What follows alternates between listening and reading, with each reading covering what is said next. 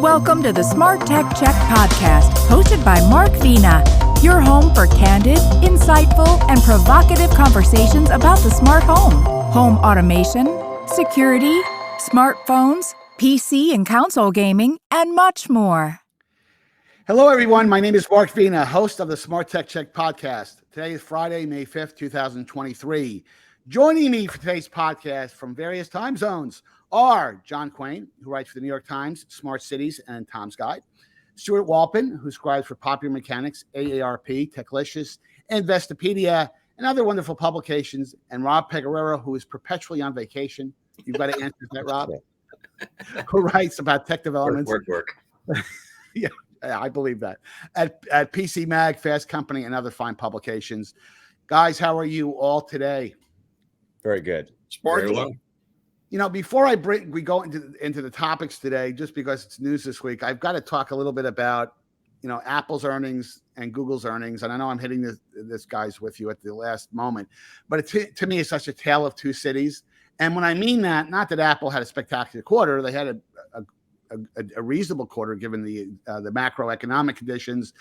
I think in the smartphone space, they're pretty much maxed out in terms of how much business you can drive when the economy is in the shape that it's in, and just the tailwinds going on. But they did show a strong strength in smartphones. But the thing that was interesting to me, you contrast that with Google's numbers, and what blows me away, and I know you're going to have a quick spirited opinion about this, is that they lay off 12,000 people. And Sundar Pichai, who I've met, we did some work together when I was with Synaptics before he became CEO. He was running the Chrome project there, and there was some IP work that we were doing at Synaptics because they needed some help with their touchpad driver that they ultimately used in Chrome OS. But this guy's getting a bonus; he's getting a raise, and I'm not one of those guys that are anti. Hey, you never give a raise to anybody.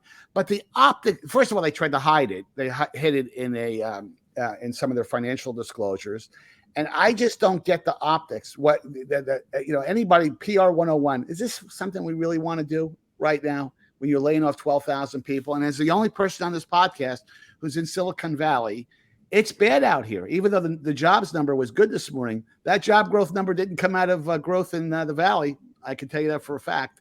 So, Rob, any quick view on you from your illustrious vacation in outside the country? Yeah, well, the whole the spectacle of CEOs who have decided that they get paid for everything good the company does, but everything bad the company does is the fault of the little people who have to get fired.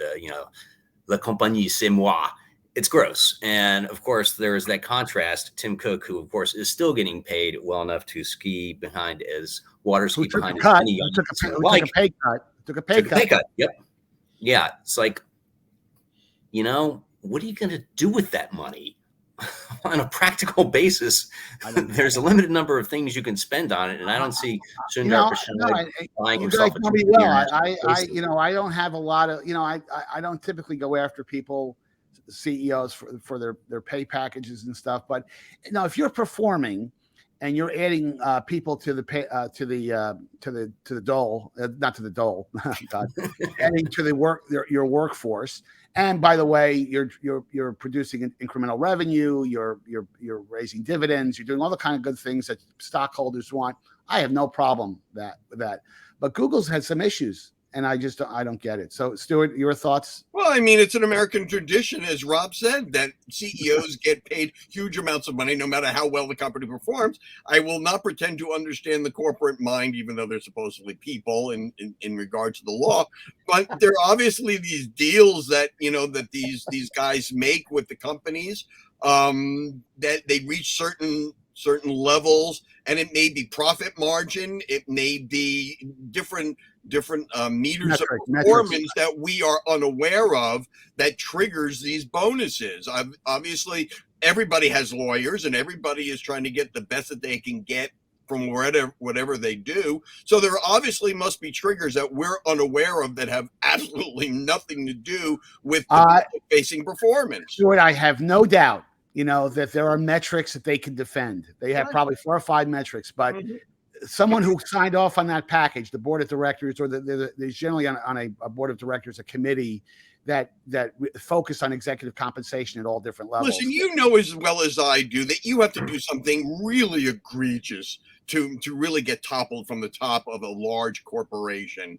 I mean, there have been some real dogs in charge of companies, and it took a huge degree of public pressure and or social facing missteps or financial malfeasance to get these guys fired. So these guys have ironclad packages that it's a one-armed bandit that pays off continually.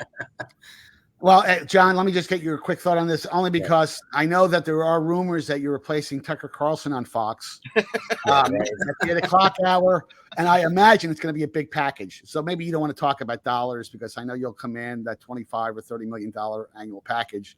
So you probably won't go after go after the CEO in this conversation.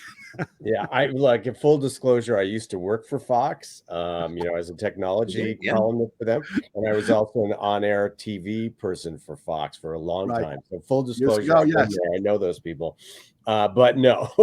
Also full disclosure, I don't own any Google or Apple stock, none whatsoever. But that the jobs thing, I think too is interesting, because you hinted at it. There's job growth, but the job growth is in, do you want fries with that? I mean, that's where the job growth is. There's no actual job growth in any kind of significant way except in healthcare. And that's even under threat. So it's really, there's no significant stuff going on. And I mean, it should be, the illusion in Silicon Valley is it's a meritocracy. You do well and you get well, right? But clearly it's not, right? So I'm with you. You shouldn't be getting a big pay raise when things look really bad. And another topic that's about to come up, that also looks really bad for you. And competition is on the horizon, and we've got banking issues. No, I don't think it's a time to get like this big pay increase. Well, you're in trouble when a meme pops up that you're Lord Fodku, the guy, the character from Shrek. Well, I mean, at Google, Eric Schmidt ran Google for a while, and he was by far not the most competent person. He'd come from a company that he just ran into the ground. It was like, and the thing kept going, right? So to Stuart's point, right, you could probably take your Aunt Frida, and she'd probably do pretty well right now as the head of Google. Well, we could talk about this forever, but I had to bring it up because it just drives me crazy when I see stuff like that. So let's talk about our first topic here. This is going to be a fun one. There's been a lot of discussion, some really good discussion, I think, in the media around, how do you regulate AI in a responsible, and this is the key thing, and pro-innovation manner. There was a terrific article, Stuart, that you forwarded around.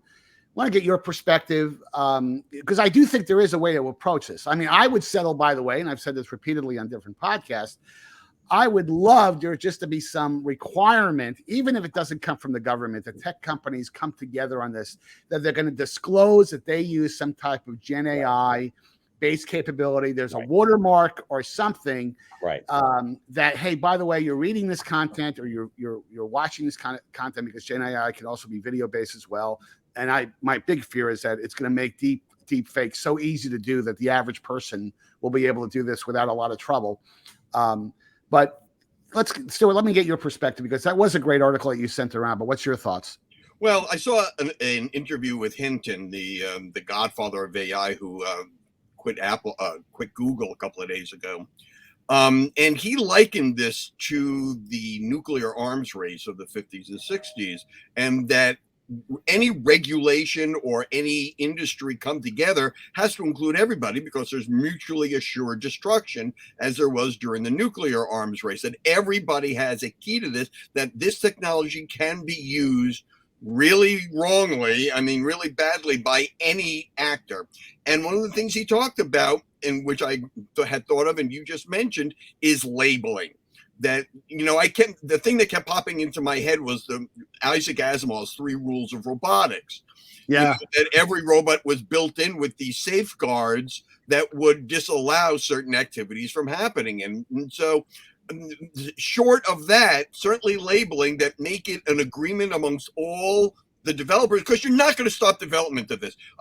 10,000 researchers can sign petitions that we're not going to stop research on this. And it's not going to stop because the research will only be continued by people we don't want to continue the research on. Right. Mm-hmm. So there has to be some agreement that all AI generated material has to be very clearly labeled with the source, either front facing and in whatever media in which that material appears in. So if it's a visual, then this is AI generated, it has to appear. If it's audio, it has to be in audio, in all of those sorts of ways. So his first thought was all AI has to be clearly labeled. And in my view, in addition, be able to be traced back to its source. That all code has to include the source of the creation. Right. Other than that, the calls for stopping research, I think, are just no. That's not going to happen. It's not. It's not. Yeah. It's just not. I mean, there might be people who say, "Oh yeah, we'll halt it." Yeah, but this all has to be in agreement with all the tech companies. There isn't a government who could say stop doing this and have any effect on the global research of this. Right. Rob? Same. So the reason why I'm out of town is I'm in Rio de Janeiro, Brazil. It's lovely weather, really hot, humid actually, for Web Summit. They had their first Rio edition of the conference here, and there was a lot of discussions about AI. Most of it not in the sense that AI is going to yield some omnipotent artificial intelligence being that will, reduce humanity to a sort of gray goo, but that, deployed badly, it could just, the simplest worry that somebody raised, a very smart scientist from Google, was it'll just make existing inequalities worse. Some people will be able to afford the monthly subscriptions, others won't. And, the haves and have not problems that we have right now will only escalate, just amplified by AI. There's definitely, every time I've talked to people about, if we're going to have an AI deployed talking to people, it has to be clear that you're talking to an AI, because, it is already good enough. You can be fooled by that. Rob, you're not an AI? I thought you were. I can't prove it. I don't have a copy of today's paper here. That's still, that works in movies. I'm not sure that still would work today with a deep fake. They could probably fake that too. Rip the mask off. Yeah, because as is, if people think even if people know they're talking to a machine, that they can still sort of decide that, this thing really understands me. So don't make it worse. And certainly if you're going to deploy an AI in a customer service, customer facing role, you'd better do that, because, people need to be clear what just happened. Well, I've said this before. I mean, the first area that's going to get decimated in this, and it's in the process of getting decimated, is going to be customer service. I mean, when you go onto Amazon and you have an issue and you go into a chatbot, and it's pretty canned in that, if it comes to the conclusion, because it's all automated, it's an automated bot. If it can't solve your issue, it then puts you in touch with a live person. But you pretty much know, even though they don't disclose it, that first 3 or 4 text message interaction is pretty much a bot. Wait till that gets to the point where it's going to be some type of not a deep fake, but some type of virtual AI where you really. I talked to Intercom, the San Francisco company that does customer support platforms. They have a chatbot called Finn, which is built on ChatGPT 4, and they were one of the people who said, we have to make it clear all the time, and this is something they've been saying for years. Either you're talking to an actual human life form or you're not, because the idea is this will take care of a lot of the simpler questions, the easy ones. And then when you can hand it off in theory, then you get the sort of white glove customer service expert who makes you feel valuable and makes you want to come back to the company. Well, it's amazing. The PC guys are going to be all over this, because when they get a support call might cost them $10, $12. I don't have the current numbers. It used to be $30, $40. Now they've gotten the cost down because they've offshored most of the customer support. But if you could take that number down to 0, because and by the way, there's probably a benefit, and if I can get my question answered that much more quickly, a technical question, because you can, there's so much web content that these AI pages can curate and probably get to an answer a lot faster than a human could. I'm all for that, as long as there's a disclosure that I know that I'm not talking to a piece of silicon. Stuart, your any remaining thoughts before we go to John? Stuart? Well, the problem, listen, the benefits of AI are so obvious. And I think that's what's lost in this conversation. Almost all disruptive technological breakthroughs always come forward first in an egalitarian fashion, that they're very good for society. And then they take on these darker tones. Alfred Nobel, Orville Wright, when the plane was used for military purposes. History is replete with situations where you have this great technology that everybody thinks is going to uplift society. And then the darkness comes, which is what has happened to a certain degree with social media, which we'll get to in a minute. So, but AI isn't just in one or two places. It will be pervasive. It will have positive benefits in a lot of different places, not only customer service, but medical diagnosis, as we get to have a shortage of proficient medical people, and as well as customer. I mean, there's a lot of areas where AI will be very, very handy to have, but unfortunately, it is so prone to be misused. And I think the problem that everybody is wrestling with is what we don't know, what we don't know, and we don't know what to do about what we don't know.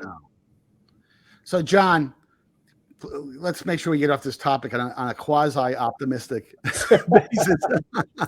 And because I think Stuart raises a good point. Well, I think Stuart raises a good point, is that I think that when the election comes up next year, we have as I used to say, you ain't seen nothing yet. I mean, I think there's going to be some crazy crap out there, which again can't get attributed to a group. It's not going to be easily identifiable because it's going to be so realistic and so well done that I think that I cringe to see what's on both sides. By the way, on both sides of the aisle, I think you're going to see nutty material. So, but John, are you optimistic a little bit? Makes me feel better.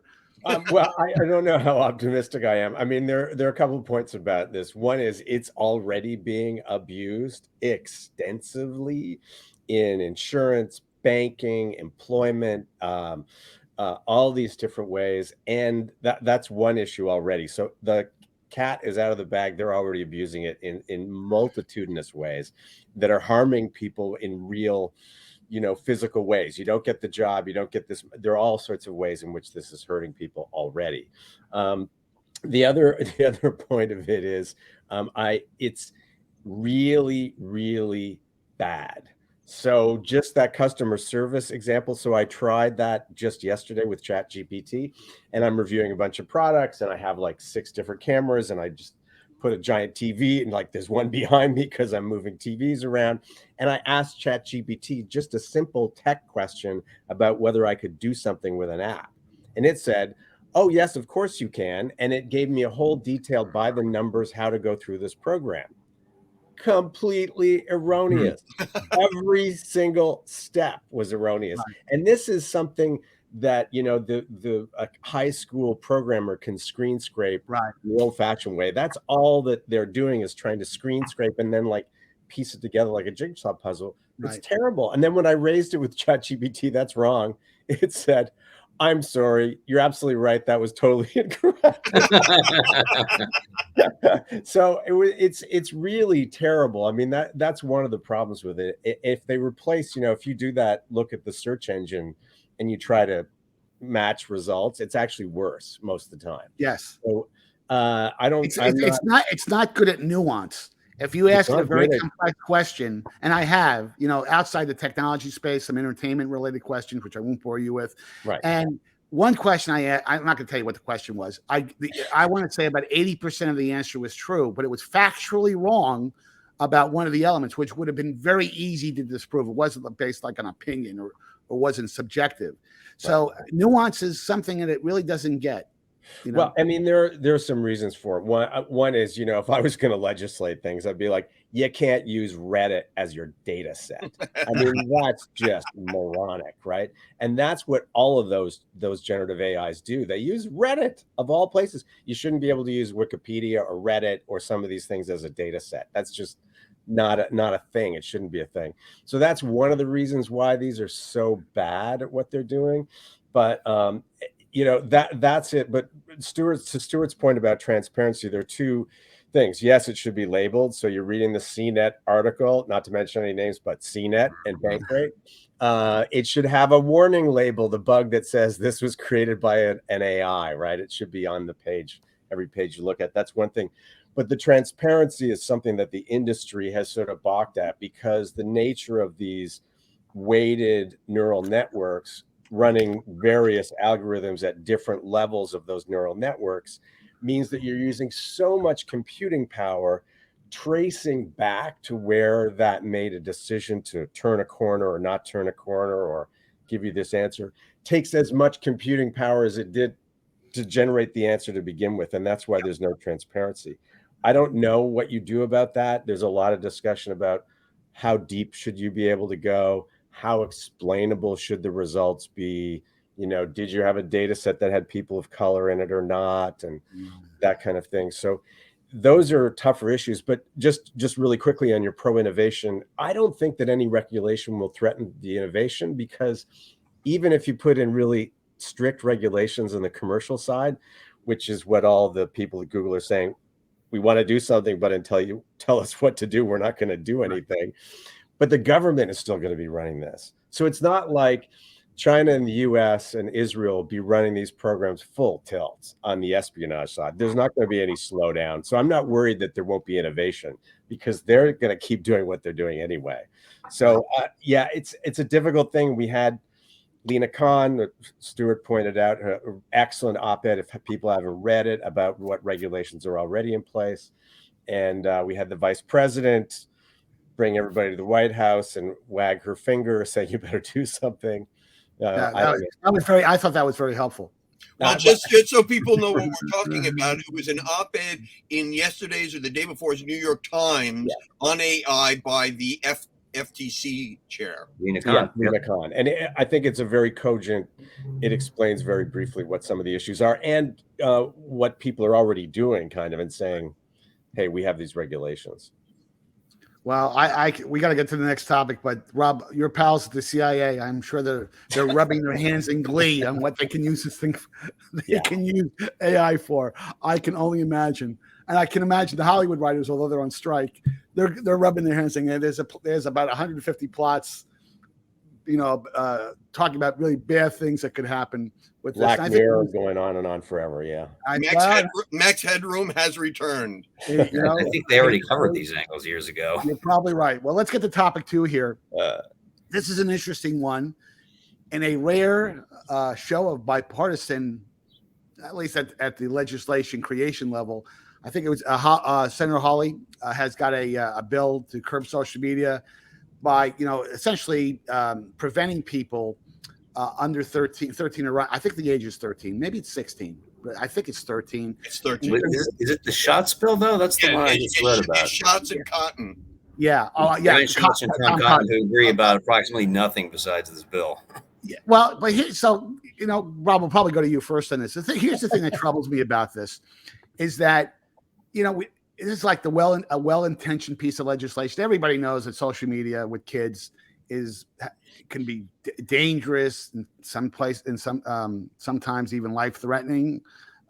It's the obsession with it, the addictive nature of it, all bad things. I just don't know how you implement this. I just don't get it, because kids are, you could probably put some controls around it at the app level where, you have to verify your age. That's really hard to do, I think, from a practical standpoint. And kids are notorious for getting around things. I could tell you stories about my brothers and stuff in terms of my father would secure that liquor cabinet with locks and stuff. They got into it. They knew the combination somehow. Not me, of course, because I was the oldest one in the family. But Rob, from your perspective, talk about the wisdom but just, is this even implementable, if that's the word? That's a good question. Yeah, I've read this bill. It was dropped Wednesday of last week. Bipartisan bill, and it's got a few different provisions. One is no one under 13 is allowed on social media, which is de facto already the case because of the Children's Online Privacy Protection Act, COPPA. If you're not familiar with it, there's literally an episode of Silicon Valley, the HBO series, that very accurately describes how it works. Says you can't, monetize them in any way. You can't advertise to them. It's the one bill that gives any Americans meaningful online privacy at the federal scale right now. Above that, It says social networks must verify the age of customers, so people under 18, do not get served up algorithmic recommendations, programmatic advertising. But, the catch is they're going to have to card everybody. It doesn't say check the age of everyone who looks to be under 50. And so we all get carded. And so then how do you do that? And there are two ways so far that social sites have done when they're not like taking a credit card or establishing some kind of financial relationship. One is some kind of video selfie, like what ID.me does, which is kind of creepy to see in practice, or upload documents. Problem is most kids don't have documents. A minority, probably a tiny minority, of passports.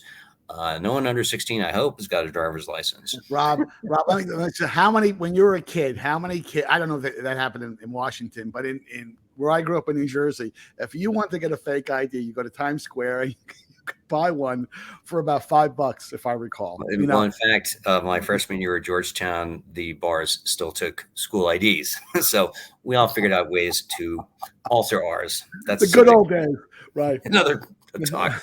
And so the interesting part, this is the buried lead in the bill that comes about 2/3 of the way down. It directs the Secretary of Commerce to set up a pilot program through which the government could verify the ages of Americans, either through verifying documents or checking things like state DMV records, Social Security and IRS records, and provide a secure digital identification credential that you could then present to social sites as proof of your identity. So it's this thing. We'll solve this by having a national digital ID exist that has not on a previous level. But then it says this pilot program shall sunset either 5 years after these certificates start getting handed out or 8 years after the bill goes into force. And it doesn't say what happens then. So I don't know what they're doing. It's like, did they want this to succeed so well that it'll just get unsunsetted endlessly, or that this will be seen to be a gigantic failure, or we can all just have a national conversation 8 years from now and think, did we really want to do this after all? I don't know. And yeah, there is the issue that another angle, it would require parental permission. Well, lots of kids aren't in awesome relationships with parents. Yes. I would imagine many of them find that, communing with like-minded kids online is one way to deal with it. So there's a lot of ways this could go wrong. It seems like a really brittle piece of legislation. And given that Congress can't even pass a federal online privacy bill, which we need, pretty much no one is in denial about that. I don't see how this goes anywhere. It does advance the conversation in some fascinating ways. Stuart, your view? Well, the thought is that anytime the government steps in and says you can't do something, never leads to good outcomes. That's the first thing. The second thing is, I don't have any kids. I certainly remember being a kid, and when I'm told as a kid I can't do something, I worked really hard to do it anyway. So, I mean, just from the psychology of the government, what people call the nanny state, I'm still going through the bill, Rob. Is there any enforcement or punishment mechanism built into this? In other words, is there any fines that the companies? Yes, the Federal Trade Commission can enforce this. So can state attorneys general. So yes, it could create a lot of problems for a company that is found to have violated it. I forget what it exactly can cost, but yeah, when any of 50 state AGs can take you to court, you're going to be motivated to abide by it as best as you can.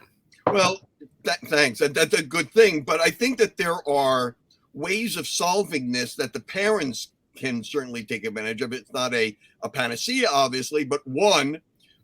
Android has something called Family Link, where you can restrict the phone from downloading any app from the Google store. Unfortunately, Apple's parental restrictions do not stretch to anything other than Apple installed apps, which I think is a huge black hole.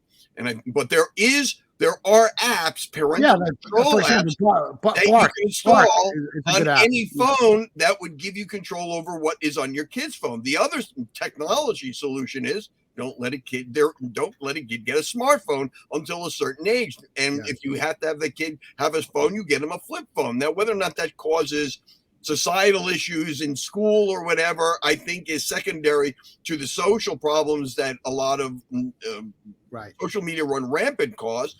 But I mean, there are OS solutions, there are third-party application solutions. There's simply the solution of there has already been a very widespread movement in the country, excuse me, of wait until 18 or something like that before a child gets a smartphone. There are plenty of really cool flip phones out there that will give a child a way to contact the parent in case of an emergency or stay in contact with friends, but not allow them to be on social media. So there are so many parental ways of restricting this. No. That would be something that either could help solve the problem, be supplemental to whatever the government thinks they're going to do.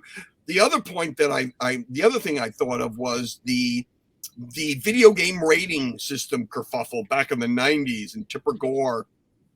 And I think a lot of what this legislation is designed to do is the same thing that the threat of government legislation had to do over governing the video game space, which is force the industry to come up with their own solutions so the government doesn't have to. So in a lot of ways, I think that this is a threat more than a potential reality, this legislation, to get the social media companies to get their act together.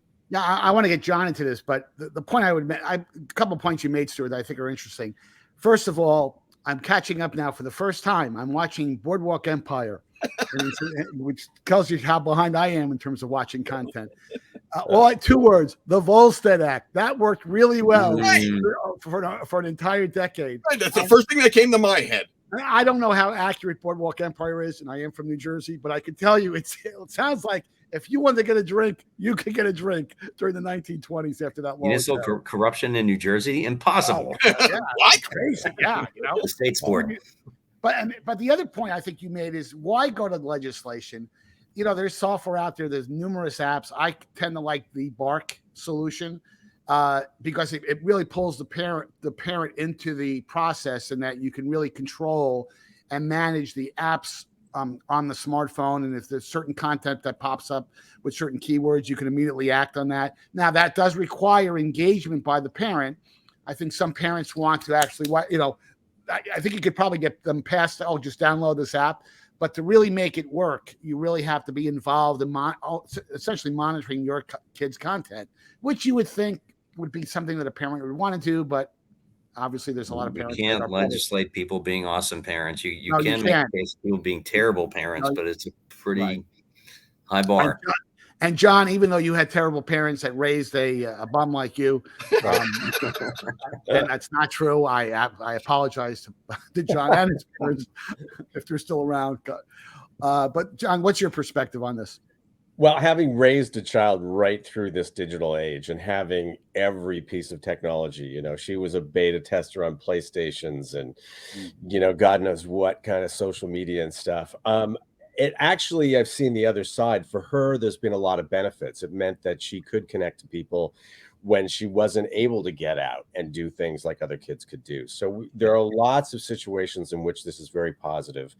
And, most kids thankfully deal with some of this stuff, the cyberbullying and stuff like that, pretty well. Thank goodness that they are able to.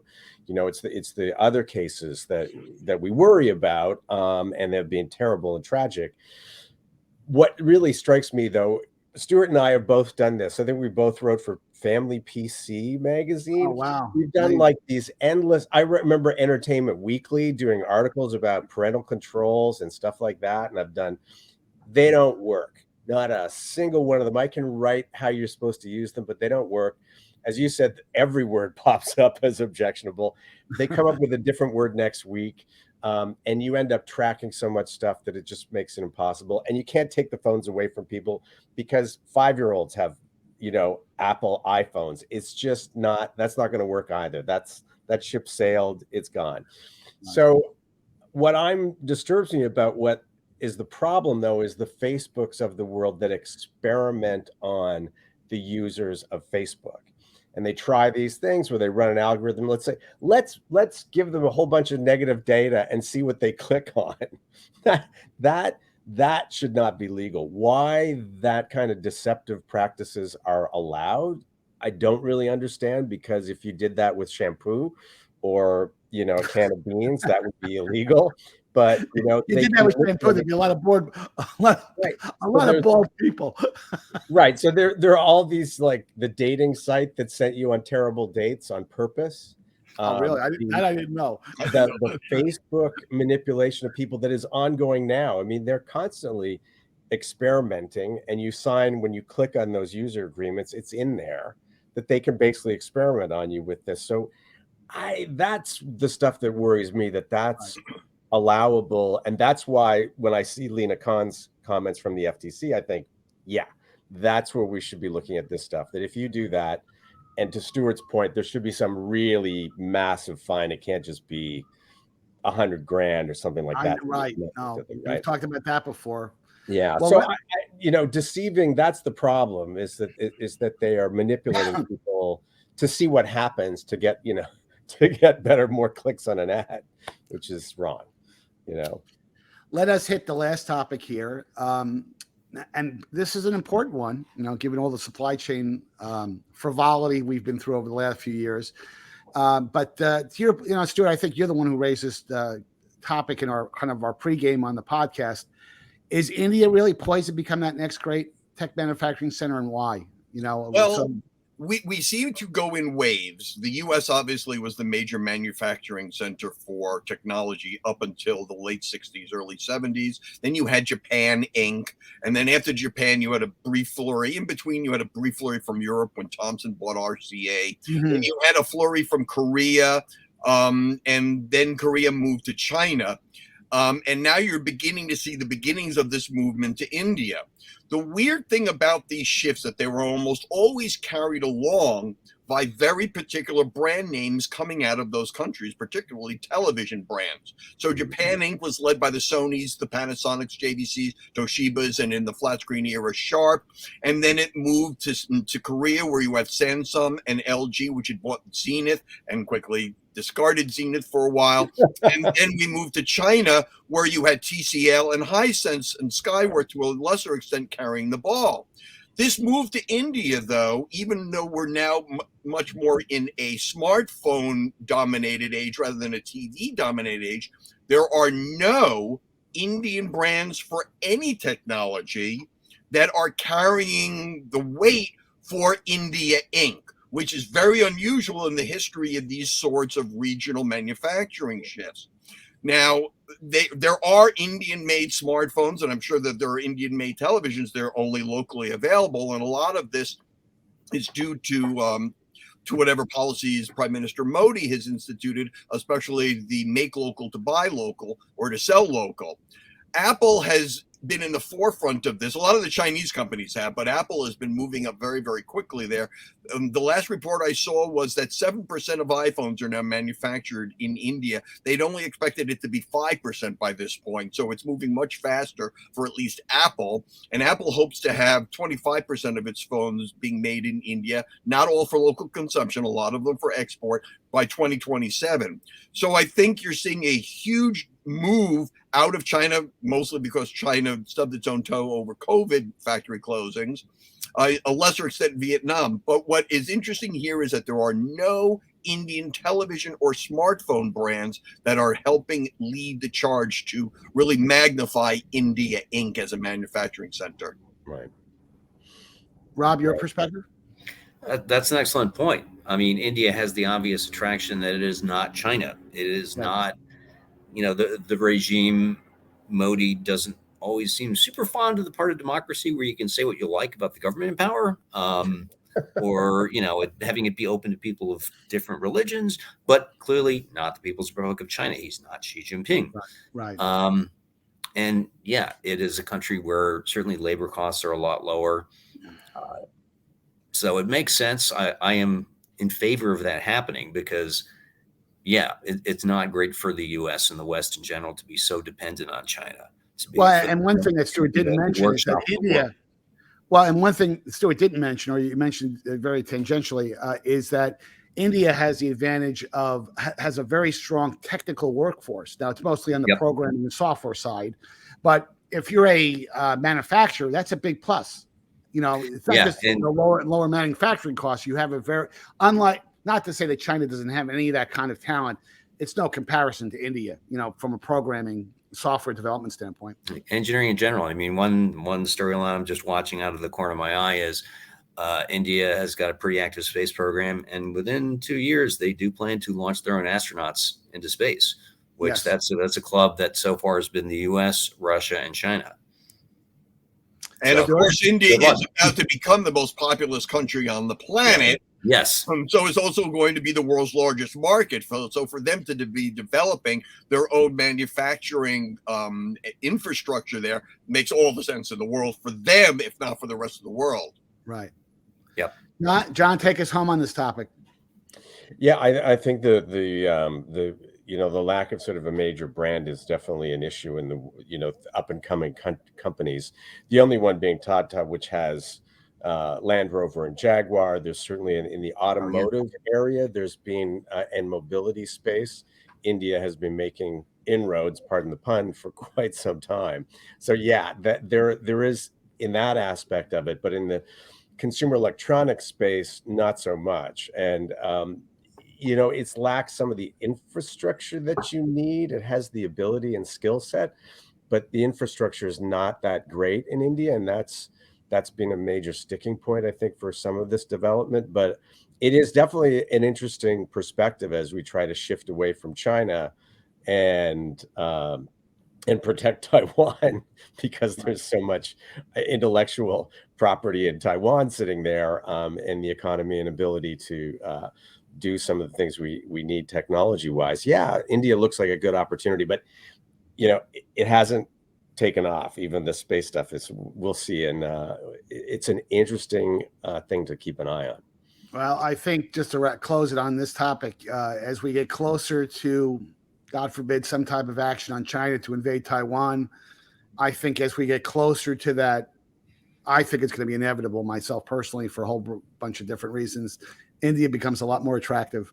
So, and I think a number of the tech, almost every major tech company right now is trying to hedge its bets. So, and I think they have to. But guys, thanks for taking the time to join me for today's podcast.